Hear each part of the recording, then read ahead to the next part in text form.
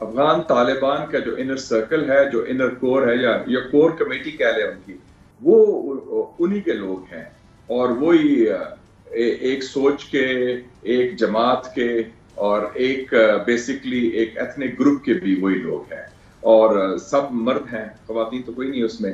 تو دوسرے جس میں باقی لوگ کہتے تھے تاجک، ہزارہ یا ازبیک، وہ اس میں شامل نہیں. تو یہ اس کو آل انکلوسیو حکومت کی ڈیفینیشن میں نہیں آتی. لیکن یہ ہے کہ انہوں نے کہا ہے کہ یہ عبوری حکومت ہے، اور فی الحال انہوں نے انسٹال کر دیا ہے. تو لیٹس سی کہ ان کے ایکشنز کیا ہوتے ہیں. اب یہ کہتے ہیں، جیسے انگریزی میں کہتے ہیں action speak louder than words. ان کے لیے بڑا امتحان ہے کہ یہ جو حکومت اپنی کریڈیبلٹی اور لیجیٹمیسی بنانے کے لیے گورننس کے حوالے سے، اور جو کال آف فیل میں تضاد نہیں ہونا چاہیے. جو وعدے کیے ہیں انہوں نے انٹرنیشنل کمیونٹی کو، اور ہمارے لیے سب سے امپورٹنٹ بات ہے جو پاکستان اور جو ہمسایہ ممالک ہیں، مغرب کے لیے تو اور ایشوز آتے ہیں، لیکن ہمارے لیے ہے جو کہ ان کی سرزمین سے کسی قسم کی دہشت گردی یا کسی قسم کا کراس بارڈر ٹیررزم نہیں ہونا چاہیے. اس کے لیے دو وزارتیں بڑی اہم ہیں. ایک وزارت دفاع ہے جو ملا یعقوب ہے، ملا عمر کا بیٹا، اور دوسرا جو منسٹری آف انٹیریئر داخلہ ہے جس میں سراج الدین حقانی ہے. تو وہ دو بڑے کی رول ادا کریں گے اس حوالے سے، کیونکہ جو دہشت گرد ہیں موجود افغانستان میں، ان کا بھی کس طرح انہوں نے مقابلہ کرنا ہے. بالکل ٹھیک ہے. آپ نے وزارت داخلہ کا ذکر کیا، اور اس میں جب ہم لسٹ دیکھتے ہیں تو سیریل نمبر 5 پہ محترم الحاج ملا سراج الحقانی سرپرست وزارت داخلہ، اہم عہدہ ان کو دیا گیا ہے وزارت داخلہ کا. لیکن یونائٹڈ اسٹیٹس کی ایف بی آئی کی وانٹڈ لسٹ پہ ابھی تک سراج الدین حقانی کا نام موجود ہے. تو امریکہ کے ساتھ اب جب بات چیت ہوگی افغان طالبان کی، تو وانٹڈ لسٹ کا کیا ہوگا بطور وزیر داخلہ؟ انہیں کچھ مشکلات تو نہیں ہوں گی امور مملکت چلانے میں؟ دیکھیں جی، پہلی دو چیزیں ہیں. ایک تو امریکہ کی جو سو کال ٹیررسٹ ہوتی ہے، یہ سیاسی دیکھ ہوتی ہے، پولیٹیکلی موٹیویٹڈ ہے. ایک زمانے میں ETIM، East Turkestan Islamic movement, جو چائنا مخالف تنظیم ہے، وہ دہشت گرد تھی. اب وہ دہشت گرد نہیں رہے کیونکہ وہ چین کے خلاف استعمال کرنا چاہتے ہیں. ایک زمانے میں ایران کی مجاہدین خلق دہشت گرد تھی، لیکن جب انہوں نے ایران کے خلاف ایکٹیویٹی کرنی تھی، ان کو کہا دہشت گرد نہیں ہے. اور یہی جو سابقہ دہشت گرد آپ کہہ سکتے ہیں سراج الدین حقانی کو، یہ امریکہ کے ساتھ بیٹھ کے طالبان ڈیلیگیشن کا حصہ تھا. جو مری میں مذاکرات بھی ہوئے تھے 2013 میں جولائی میں، اس میں بھی شامل تھا. اس میں امریکہ، چین، افغان حکومت اور پاکستان تھے. آپ کو یاد ہوگا میں جولائی 2015 کی بات کر رہا ہوں. اور اس کے بعد پھر یہ جو مذاکرات دوحہ میں ہوئے، اس میں بھی سراج الدین حقانی افغان ڈیلیگیشن کا حصہ تھے. بلکہ ان کو تو ایک شرف حاصل ہوا جو کسی کو نہیں ہوا، کہ وہ 20 فروری 2020 کو ان کا کالم چھپا، آپ-ایڈ کالم نیو یارک ٹائمز میں. تو اگر یہ بات دہشت گردی کی ہو تو پھر نیو یارک ٹائمز کے ایڈیٹر کو بھی پکڑ لیں فار ایڈنگ اینڈ ابیٹنگ ٹیررزم، کیونکہ انہوں نے ان کا کالم چھاپا ہے اور ان کو باقاعدہ لیجیٹمیسی دی ہے، ریسپیکٹیبلٹی دی ہے. تو امریکہ نے خود ہاتھ ملایا ہے ظلم نے ان کے ساتھ. پومپیو اس میٹنگ میں شامل تھا جس میں سراج الدین حقانی تھے. تو یہ میرا خیال میں ڈبل سٹینڈرڈز اور منافقت، یہ انفارچونیٹلی امریکہ کی پالیسی کا شیوا رہا ہے، اور اب نہیں ہونے چاہیے، لیکن افسوس ہے یہ رہتا ہے کام. لیکن مشاہد صاحب، امور مملکت چلانے کے لیے یقیناً فائنینسز بھی چاہیے ہوتے ہیں. افغان طالبان UN سے بھی ہیومینیٹیرین امداد کی اپیل کر رہے ہیں. تو انٹرنیشنل کمیونٹی جنہوں نے فنڈنگ کرنی ہے، IMF، world bank, Asian development bank, امریکہ، برطانیہ، جنہوں کے بائیلیٹرل فنڈنگ بھی تھی، جنہوں نے $9 بلین فریز بھی کیے ہوئے ہیں، کیا وہ اب افغان حکومت جس کا قیام ہو گیا ہے، یہ تمام جو انہوں نے اکاؤنٹس فریز کیے ہوئے تھے، فنڈنگ روکی ہوئی تھی، اس کو اب واپس افغان حکومت کے جو پیسے ہیں ان کو واپس دیں گے؟ دیکھیں جی، کل کابل میں UN under secretary general for humanitarian affairs, جو انسانی ایشوز کے ہیومینیٹیرین ایشوز ہیں، وہ کل آیا ہوا تھا کابل میں طالبان سے مذاکرات کی. اب دیکھیں نا، انٹرنیشنل کمیونٹی جنہوں نے نام لیا، آپ نے world bank, IMF، Asian development bank, اور بھی جو کنسورشیمز بنے ہیں جو کنٹرولڈ ہیں امریکہ سے یا ویسٹ سے، ان کے پاس دو راستے ہیں. کیا وہ افغانستان میں 42 سال کے بعد امن اور استحکام چاہتے ہیں، یا وہ انتشار چاہتے ہیں؟ اگر طالبان ان کو گارنٹی کر رہے ہیں کہ ہم امن لا رہے ہیں اور امن لائیں گے افغانستان کے اندر، اور 42 سال کی جنگ کے بعد ایک سٹیبلٹی اور یونٹی آف افغانستان گارنٹی ہو رہی ہے، اور ان کے انڈر دیئر واچ، اور اس میں وار لارڈزم ختم ہو رہا ہے, خانہ جنگی ختم ہو رہی ہے, اگر کراس بارڈر ٹیررزم بھی ختم ہو جاتا ہے تو پھر میرے خیال میں بڑا مشکل ہوگا مورلی اور ادروائز لیگلی بھی کہ یہ سارے لوگ کہیں کہ نہیں جی ہم پھر بھی ڈی سٹیبلائز کریں گے. کیا کریں گے؟ سی آئی آپریشن لانچ کرے گا یا آپ کو اور باہر سے سپورٹ کریں گے, تو وہ بڑا مشکل ہو جائے گا. اور اس وقت افغان عوام چاہیں یا ہم ہمارے چاہیں یہ علاقے کے ممالک جس میں پاکستان بھی شامل ہے, سب کی کوشش ایک ہے. باٹم لائن کیا ہے؟ Peace in Afghanistan, stability in the region, اور خاص طور پہ نو مور وائلنس اور ٹیررزم. تو یہ ایک راستہ بڑا کلیئر ہے, اور اس میں ان کا اپنا پبلک اوپینین بھی ان کو کرے گا. ٹھیک ہے ان کی ناراضگی ہوئی ہے, ان کی ذلت بھی ہوئی, بےزتی بھی ہوئی کہ جس طریقے سے نکلے اور جس طریقے سے جنگ ہارے, لیکن وہ اپنی جگہ. لیکن اب نئی ریالٹیز پیدا ہو گئی ہیں خطے میں بھی اور افغانستان کے اندر, اور اس کو رہنا پڑے گا ان کے ساتھ, امریکنز کو بھی. اور بالکل امریکنز کو رہنا پڑے گا. جو بائیڈن نے جو اپنی قوم سے خطاب کیا تھا وڈرال مکمل ہونے کے بعد, اس میں بڑا واضح کہا تھا کہ اب بوٹس آن گراؤنڈ کی اسٹریٹجی نہیں رہے گی, oversight from the horizon ہوگا, اکنامک ٹولز ہوں گے, ڈپلومیٹک ٹولز ہوں گے. تو جو اکنامک ٹولز ہیں امریکہ کے پاس, آپ سمجھتے ہیں کہ without putting the boots on ground جو کچھ وہ وہاں پہ چھوڑ کے جا رہے ہیں وہ ریجنل ممالک وہ ویکیوم فل کر سکتے ہیں, یا کہ ایک ایسی سچویشن کریٹ کی جائے اکنامک وہاں پہ آپ لوگوں کی ڈس افیکشن ہوگی کہ اگر آپ کے جو پہلے جس طرح سے اکانومی چل رہی تھی اب نہیں چل سکتی, فنڈنگ نہیں آ رہی, تو ریجنل ممالک یہ جو اکنامک گیپ ہے, فائنینشیل گیپ ہے, اس کو کس طرح سے پورا کریں گے اگر امریکہ ایک اکنامک ٹول کو باقاعدہ طور پہ as a tool of war استعمال کرتا ہے؟ دیکھیں جی ارشد صاحب, آپ نے بڑی امپورٹنٹ بات کی.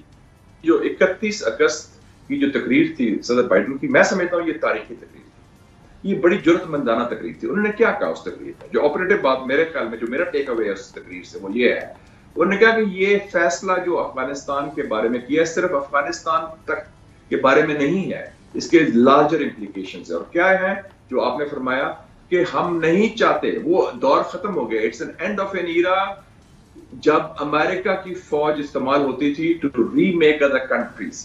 اب امریکن فوج استعمال نہیں ہوگی دنیا کی حکومتیں تبدیل کرنے کے لیے زبردستی یا ان کے نقشے تبدیل کرنے کے لیے جو ماضی میں کرتے رہے. تو میں سمجھتا ہوں یہ تو تاریخی خطاب تھا ان کی. انہوں نے اپنی جو سیکیورٹی اسٹیبلشمنٹ, انہوں نے اپنے جو جرنیل اپنی جو اس کو اوور رول کیا کہ نہیں, وہ چاہتے تھے کہ یہ زیادہ فوج بھیجیں, جنگ کنٹینیو ہو. تو یہ ایک اگر وہ بات انہوں نے کر لی ہے, اور ساتھ ساتھ آپ نے دیکھا کہ انہوں نے چائنا کے ساتھ بھی اوپننگ کی. بائیڈن نے 16 اگست کو ٹیلی فون کیا, بلنکن نے وزیر خارجہ نے اپنے مہم منصب کو چائنا میں 28 اگست کو فون کیا. 3 ستمبر کو انہوں نے بھیجا سینیٹر کیری کو اسپیشل انوائے چائنا کہ ہم سے بات کرو. تو میں سمجھتا ہوں کہ امریکہ کو بھی سمجھ آ گئی ہے کہ اب وہ جو راستہ انہوں نے اپنایا تھا وہ ختم ہو گیا. اور میں دیکھ رہا ہوں کہ بتدریج ان میں نرمی آئے گی ان کے رویے میں. اور وہ جو ایکسٹریم سیناریو کی بات ہو رہی ہے کہ امریکہ سینکشن بھی لگائے گا, ڈی سٹیبلائز بھی کرے گا, اسٹرینگولیشن بھی کرے گا اکنامکلی, وہ شاید نہ کرے. اس کی ایک اور وجہ بھی ہے کہ ایک متبادل موجود ہے افغان طالبان حکومت کے لیے. China, Russia, Qatar, you a E, Saudi Arabia plus Pakistan, Iran. تو یہ لوگ جو ہیں اور ترکی, یہ نہیں چاہیں گے کہ یہ جو اس وقت سیٹ اپ ہے افغانستان میں افغان طالبان کا وہ فیل ہو. وہ چاہیں گے یہ کنسولیڈیٹ ہو اور یہ مستحکم بھی ہو اور امن اور سلامتی قائم بھی ہو. تو میرے خیال میں گیون دس سچویشن میرا تجزیہ یہ ہوگا کہ یہ امریکن اس حد تک نہیں جائیں گے جس حد تک وہ بات کر رہے ہیں. وہ کہتے ہیں نا انٹرنیشنل پالیٹکس میں پوسچرنگ ایک چیز ہوتی ہے, پالیسی اور چیز ہوتی ہے. پالیسی مختلف ہوگی. سینیٹر مشاہد حسین صاحب, پنشیر ویلی اور افغان طالبان نے جب کنٹرول اس کا سنبھالا تو انڈین میڈیا پہ کافی ساری خبریں چلیں کہ شاید ثانی ایئر فورس اور پاکستانی انٹیلیجنس ایجنسیز نے مدد کی. بلکہ 1-2 کلپس آپ کو سنا بھی دیتے ہیں کہ انڈین میڈیا کیا رپورٹ کر رہا تھا. آئیے ناظرین دیکھتے ہیں. Breaking news coming in. We've got latest visuals of yet another tranche of Pakistani fighter jets that can be seen soaring the skies in Mushahid. These are the fighter jets that you can see on your screen, facilitated by Pakistan. to aid the Taliban forces as they try to crush the resistance that is being offered by the forces in the valley. Look at these visuals. These indicate two things. One, that Pakistani invasion, full-fledged Pakistani invasion in Panjshir Valley. It's not the Taliban who are fighting. It's basically Pakistan army that's fighting on their behalf. Second thing is that how Pakistan had been lying through their teeth. These visuals nailed their lives. Fawad Chaudhry, you rightly said that short while back. He said that this is an unconventional contact. But if you look at this footage and this visual, that clearly shows this is a conventional warfare. جی senator Mushahid صاحب، بہت اس طرح کی خبریں ہیں، پوری ایک campaign ہے، تو اس حوالے سے آپ کی کوئی بات چیت ہوئی اہم پاکستان کے ایئر چیف سے، آرمی چیف سے، بطور chairman senate standing committee on defence and member foreign relations committee? جی کل ہوئی. کل جب ان کا فنکشن 8 بجے شروع ہوا تو 7 بجے ہم چلے گئے تھے، تو ادھر ایک ہائی ٹی تھی آرمی چیف کی طرف سے، جس میں چند لوگ تھے، قائد حزب اختلاف شہباز شریف صاحب بھی تھے، میں بھی، چند وزراء تھے، اور اس میں جنرل باجوہ، جنرل ندیم جو ہیں chairman joint chief of staff, ان سے بڑی گپ شپ ہوئی. پھر ایئر چیف جو ہے جنرل وہ ایئر چیف مارشل سدھو سے، اور امجد نیازی جو ایڈمرل ہیں، سب سے بڑی ڈیٹیل ہوئی، اور جنرل فیض بھی تھے D G I S I. تو اس میں سارا فوکس ان کا تھا ہیومینیٹیرین ایویکویشن پر. اور کسی نے بڑی اچھی بات کی کہ شکر ہے پاکستان آرمی نے افغان آرمی کو ٹرین نہیں کیا، ورنہ وہ کہتے ہیں کہ انہوں نے ہتھیار بھی پاکستان کی وجہ سے چھوڑے، وہ تو انڈین آرمی نے ٹرین کیا اور نیٹو نے کیا. تو ان کا فوکس یہی تھا کہ ہمارا یہ فوکس ہے کلیئرلی کہ جو ایویکویشن کرا رہے ہیں، اور اس ایویکویشن میں بہت بڑا ہم نے کام کیا جی، 10,000 سے زیادہ لوگ، اور اس میں امریکن بڑے تھے، اور اس میں یورپین نیٹو کے ٹروپس تھے. ہم نے ان کو ایویکویٹ کرایا پاکستان سے، پھر ان کو لے کے گئے، اور کوئی گڑبڑ نہیں ہوئی. 24 ممالک کے لوگ ہم نے کی. آج میرے پاس انڈونیشین ایمبیسڈر آیا تھا مجھے شکریہ ادا کرنے کے لیے کہ ہمارے لوگ بھی آپ نے ہیلپ کی. میں کہا آپ کے بھی تھے، میں کہا ہمیں، بلکہ اور سارا جو کہتے تھے ہوٹل خالی ہو گئے، وہ تو اس لیے سی آئی اے چیف پاکستان آیا تھا، اس لیے وہ کہہ رہے ہیں ہمیں کہ جی آپ، جنرل فیض کو بھی بھیجا گیا کابل کہ جی آپ طالبان کی منتیں کریں کہ جو امریکن یا اور جانا چاہتے ہیں ان کو جانے دیں. تو ان کا ٹھیک ہے چلے جائیں، اور ہم نے بھی روکا. ہم تو بارڈر کھلے ہیں، ہمارے ویزے والے بھی کھلے ہیں، اور اس میں میں سمجھتا ہوں کہ پاکستان آرم فورسز کا بڑا پازیٹیو رول رہا ہے ان فیسیلیٹیشن. ایک ہیومینیٹیرین ایویکویشن ہے، آخر میں کام ہم ہی آیا نا، جو کام بالکل ٹھیک ہے. تو یہ جو جہاز انڈین میڈیا رپورٹ کر رہے ہیں، کچھ ایئر چیف سے بات ہوئی آپ کی اس حوالے سے؟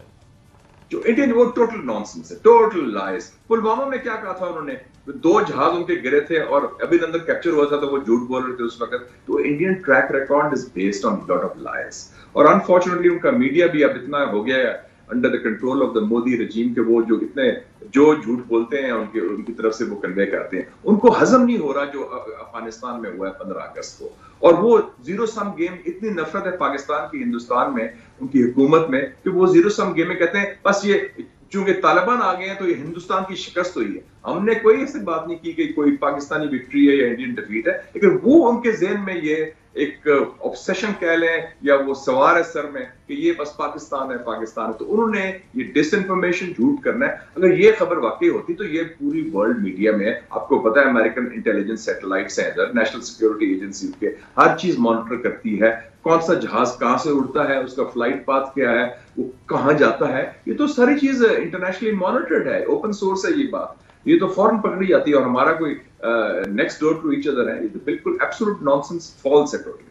اور یہ میری خود بات ہوئی ایئر چیف سے بھی اور ملٹری ہائی کمانڈ سے کہا، اور انہوں نے بھی اس حوالے سے کیا کہا؟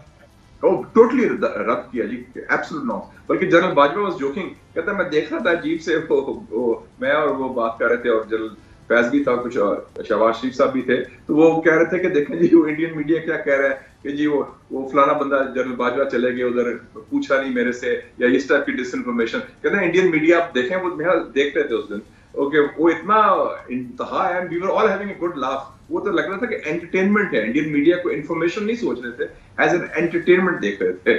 تو وہ بڑا مذاق اڑا تھا کہ ان کو کیا پرابلم ہوا ہے. اور ہمارا اپروچ یہی تھی کہ سبڈیوڈ ہے، ہم نے کوئی باجے نہیں بجا رہے، اور ہم آرام سے اپنا کام کر رہے ہیں پروفیشنلی، اور ہم اس کو زیرو سم گیم نہیں دیکھ رہے، بلکہ ہم یہ کہہ رہے ہیں کہ خطرہ ٹل جائے، جنگ نہ ہو، امن ہو، استحکام ہو، اور جنہوں نے باہر جانا ہے ایویکویشن باہر کے لوگ، ان کی اسموتھلی پیسفلی ہو جائے. اور آج بھی میں پارلیمنٹ میں تھا، پبلک اکاؤنٹس کمیٹی میں میری بات ہوئی، سیکرٹری ہیں سیفران کے، یہ اسٹیٹس اینڈ فرنٹیئر ریجنز، اور چیف کمشنر افغان ریفیوجیز بھی تھے، ان کا نام کو مسٹر جنیجو ہے. تو میں نے پوچھا کہ کتنے ریفیوجیز آ رہے ہیں، کہتا جی کل تک یہ تھا کہ کل 1500 آئے تھے وہاں سے ریفیوجیز نہیں لوگ، اور 1800 یہاں سے گئے ہیں. کہتے ہیں یہاں سے کیمپ سے بھی ریفیوجیز واپس جانا شروع ہو گئے ہیں. یہ مجھے سیکرٹری سیفرون نے آج میٹنگ میں کہا, میڈیا بھی موجود تھا. پبلک اکاؤنٹس کمیٹی, ہم اکاؤنٹس دیکھتے ہیں نا ڈفرنٹ منسٹریز کے, تو اسٹیٹس اینڈ فرنٹیئر ریجنز کے منسٹری کے اکاؤنٹس دیکھ رہے تھے. سینٹ صاحب, آپ نے ذکر کیا کل آپ کی تقریباً 45 منٹ 7 بجے سے لے کے 7:45 تک کافی اچھی گپ شپ رہی,